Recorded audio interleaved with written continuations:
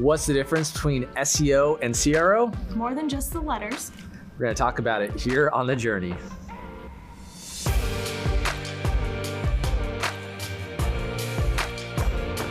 So what's the difference between SEO and CRO? Well, you know that amazing feeling you get when you just see on Google Analytics or whatever you're tracking your visitors with, you just get a ton of traffic to your website and pages. It's a great feeling, isn't it? Yeah, it's the best feeling in the world.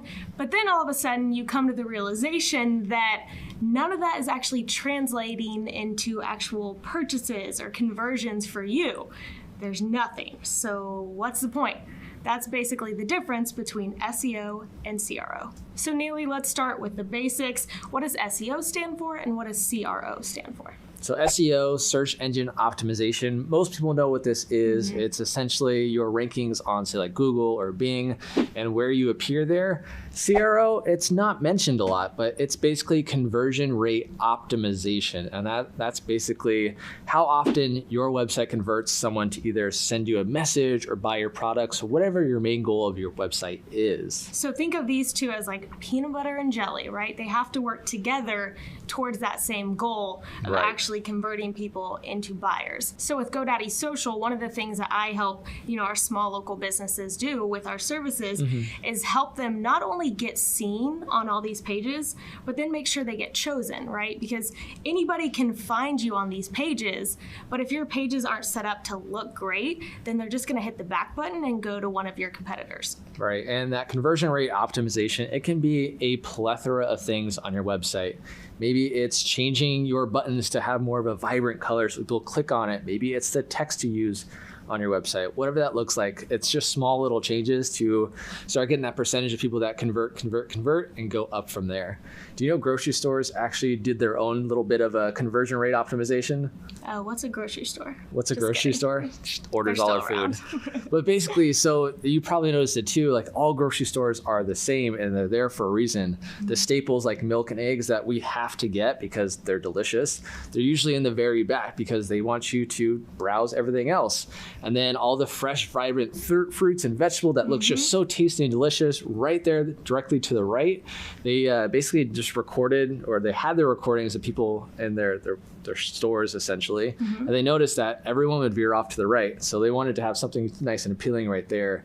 And then scents, like we all like just nice scents.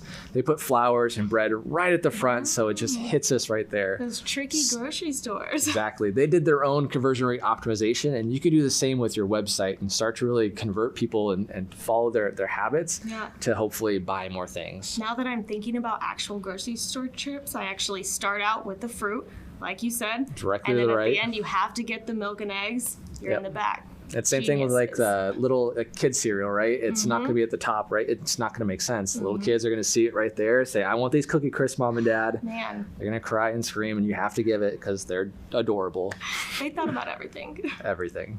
So one thing I know a lot of people did in the past was a tactic called keyword stuffing. And now what this is, whatever your search term was, whether it's maroon shirts or awesome shoes or whatever it looks like, they just added a bunch of just random generic keywords all throughout their site, or they hid it. Like they had a white background and then a white text with all those keywords stuffed. So just basically trying to beat the system. Beat the system. Okay. Google, of course, found out. All the other search engines found out.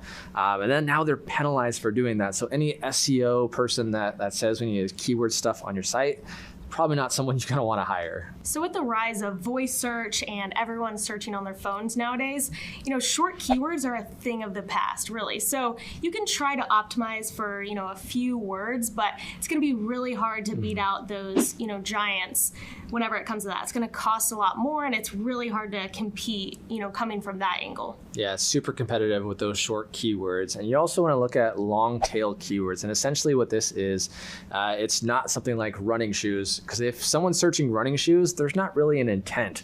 You have no idea what they're searching for when they search running shoes.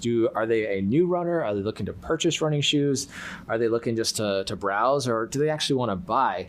Now, a long tail keyword might be like white Adidas running shoes for men. That's a longer keyword search that you can basically optimize your website for and your pages for.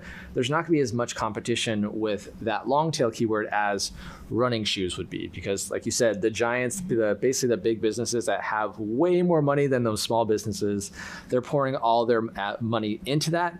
But it's that CRO is not there. Even the big brands are wasting their money, capitalize on those long tail keywords and beat them. And even though you see a lot more searches with those general terms like, running shoes, right, it doesn't mean that those, basically those people are window shoppers, right? So whenever you're looking for a specific type of shoe, I know if there's a pair of Adidas that I want, I am looking for that specific type, and I'm looking for those long tail keywords.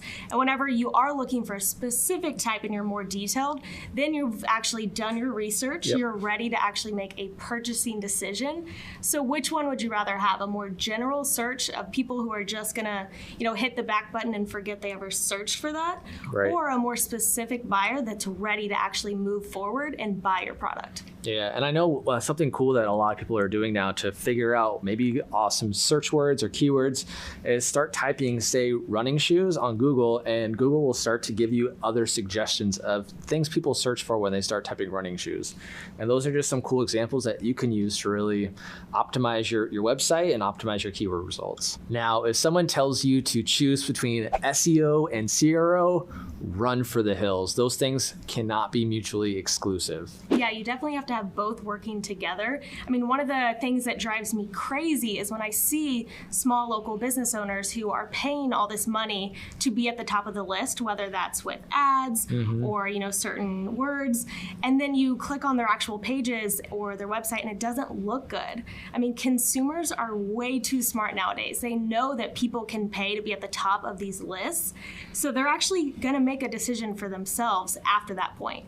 So you can't just have SEO, you also have to have SEO and CRO. So start with keywords first. Figure out what your user's intent is going to be. What are those search terms that they're going to be looking for? And then follow it up with the copy and content on your site. That way you can really talk to their pain points, talk to them directly with what they're searching for. Yeah, so as we said earlier, step 1, get seen. Step 2, get chosen. So now you know the difference between SEO and CRO. Be sure to like and comment down below. And hey, subscribe to our channel if you got some value from this video, and ring that bell so you get these videos first. This is The Journey. We'll see you next time.